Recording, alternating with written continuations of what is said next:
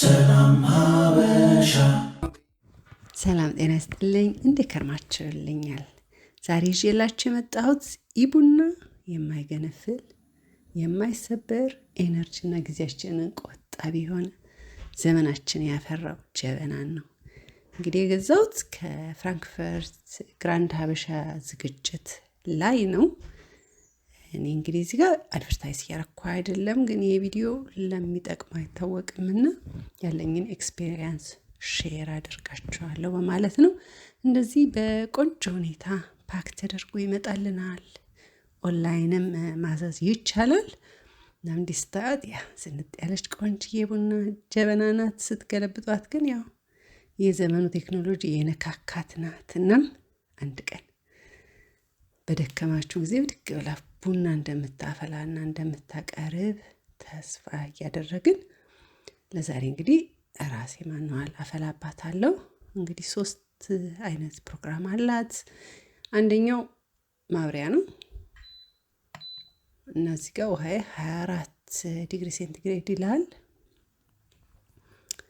በጣም ቀዝቃዛ አልነበረም ማለት ነው። ከዛ ቡና ሻይና የአሙቆ ማቆያ ፕሮግራም የሚላለ የቡናውን አበራሁት ማለት ነው። እንግዲህ በፍጥነት ነው ማፍላት የሚጀምረው። እኔ በዚህ በጀበና 2 አይነት ዘዴዎችን ተጠቅሜ ቡና አፍልቻለሁ። አንደኛው ከቀዝቃዛ ውሃ ጋራ ዱቄቱን ጨምሬ አፍልቻለሁ። በጣም ቆንጆ ውጤት አግኝቼበታለሁ። አሁን ግን በመጀመሪያ እንግዲህ ውሃውን እያፈላሁት ነው። ውሃው የሚፈላበትን ሴኮንድ ራሱ ነው የሚያሳየን። እንደዚህ በፍጥነት ነንበሮቹ ከሄዱ በኋላ የሆነ ሰዓት ላይ ፖዝ ያደርግልናል። ያ ማለት ቡና እንድንጨምር ጊዜ ይሰጠናል ማለት ነው።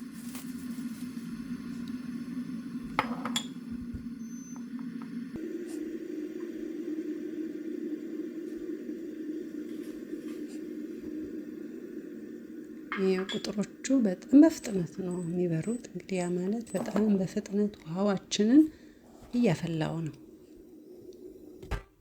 እናም ያላችሁን የተፈጨ ቡና ታስገቡበታላችሁ። ደስ የሚለው እንግዲህ ይሄ ጀበና ደግሞ ፕላስ ፖይንት የሰጠሁት ይሄ ከማንቆርቆሪያዋ ከጡቷ ከምታወርድበት መጨረሻ ላይ ማጣሪያ ነገር አለው እና ቅመም ምንም ብታረጉበት ያ ቅመማችን እየተጣራ ይወርድልናል ማለት ነው። ይሄ ፓርቱ በጣም ደስ ብሎኛል። ሻይ ምንም በምናፈላበት ጊዜ በቅመም መጠቀም እንችላለን ማለት ነው። እናም እንደምታዩት እጅግ በጣም ሙቅ ነው ማለት የፈላ ነው። ይቅርታ።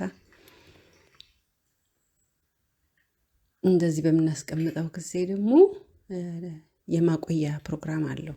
የፈላውን ነገር እንደፈላ አድርጎ የሚያቆይ። እንግዲህ በዚህ መልኩ ቡናችንን አፍልተን ኢንጆይ ማድረግ እንችላለን።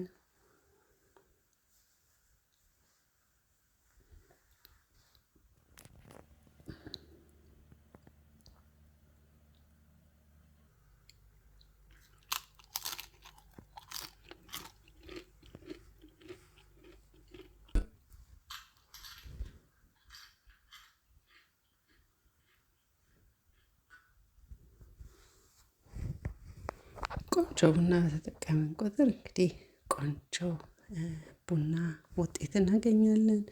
እንደየ ቡናችን አፈጫጭ አቆላል የተለያየ ቡናዎችን እናገኛለን። ያው ጠንከር ያለም ኤስፕሬሶም ሆነ ኖርማል ቡና በእጃችን የተቆላ ሁሉንም ያፈላልናል ጀበናችን። እንግዲህ ይህን ይመስላል።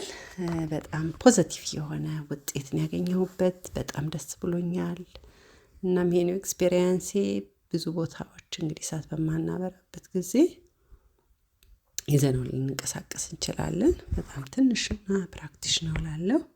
ስለተከታተላችሁኝ እያመሰገንኩኝ እንግዲህ ቡናውን ለመቅመስ ደግሞ ወደ ሱቃችን ብቅ በሉ እላለሁኝ። አመሰግናለሁ። ሰላም ሁኑልኝ። ሰላማዊት ነኝ። ቸር